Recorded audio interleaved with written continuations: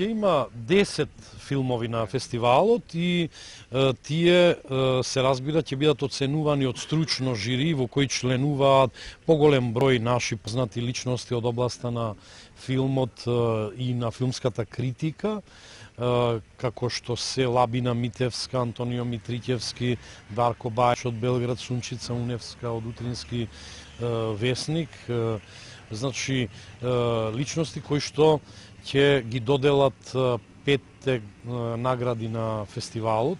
и на тој начин Охрид ќе влезе во она што би се нарекло простори на афирмација на француската кинематографија, но и со можност истиот фестивал на францускиот филм во Охрид ќе организира фестивал на македонскиот филм во Франција, кој што ќе се одржува еднаш годишно, како презентација на она што е остварување на македонската кинематографија низ минативе децении и новите филмови од новите генерации синеасти.